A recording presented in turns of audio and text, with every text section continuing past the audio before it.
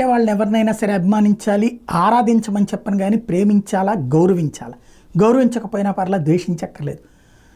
నారా లోకేష్ గారు ఏదైతే ఒకటి అన్న క్యాంటీన్లు బాబు గారు వచ్చాక పునరుద్ధరించడం ఒక ఎత్తు అయితే, లోకేష్ గారు ఇంటర్మీడియట్ వాళ్ళకి కూడా మధ్యాహ్న భోజనాలు జనవరి 1 నుంచి పెట్టడానికి రంగం సిద్ధం చేస్తున్నారు.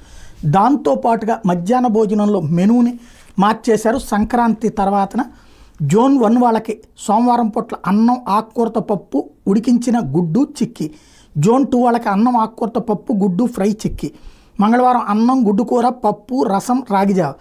అదే జోన్ 2 వాళ్ళకి పులిహార చట్నీ ఉడికించిన గుడ్డు రాగిజావ, బుధవారం వెజ్ పలావు బంగాళదుంప కుర్మా ఉడికించిన గుడ్డు చిక్కి జోన్ 1 వాళ్ళకి, జోన్ 2 వాళ్ళకి అన్నం కూరగాయల కూర గుడ్డు ఫ్రై చిక్కి, గురువారం జోన్ 1 వాళ్ళకి అన్నం సాంబారు గుడ్డు కూర రాగిజావ, జోన్ 2 వాళ్ళకి వెజ్ రైసు ఫలావు బంగాళదుంప కుర్మా ఉడికించిన గుడ్డు రాగిజావ, శుక్రవారం పులిహార చట్నీ గంగూర కూరగాయలు ఉడికించిన గుడ్డు చిక్కి శుక్రవారం జోన్ 1 వాళ్ళకి, జోన్ 2 వాళ్ళకి అన్నం ఆకుకూరతో పప్పు గుడ్డు ఫ్రై చిక్కి, శనివారం తెల్లన్నం కూరగాయల కూర రసం రాగిజావ స్వీట్ పొంగల్ జోన్ 1 వాళ్ళకి, జోన్ 2 వాళ్ళకి అన్నం కూరగాయల కూర స్వీట్ పొంగల్ రాగిజావ. అలాగే జోన్ 3 వాళ్ళకి వచ్చేటప్పటికి సోమవారం అన్నం సాంబారు గుడ్డు ఫ్రై చిక్కి, జోన్ 4 వాళ్ళకి అన్నం కూరగాయల కూర ఉడికించిన గుడ్డు చిక్కి, మంగళవారం పులిహార టమోటా పుదీనా చట్నీ గుడ్డు ఫ్రై రాగిజావ, పులగం పులిహార పల్లి చట్నీ కోడిగుడ్డు ఫ్రై రాగిజావ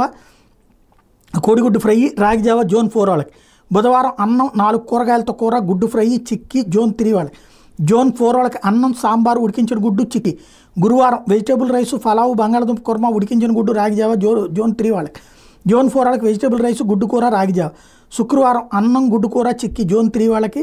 అన్నం ఆకుకూరతో పప్పు ఉడికించిన గుడ్డు చిక్కి జోన్ 4 వాళ్ళకి, శనివారం అన్నం టమోటా పప్పు పప్పుచారు బెల్లం పొంగలి రాగిజావ జోన్ 3 వాళ్ళకి, జోన్ 4 వాళ్ళకి అన్నం కందిపప్పు చారు బెల్లం పొంగలి రాగిజావ జోన్ 4 వాళ్ళకి. మొత్తం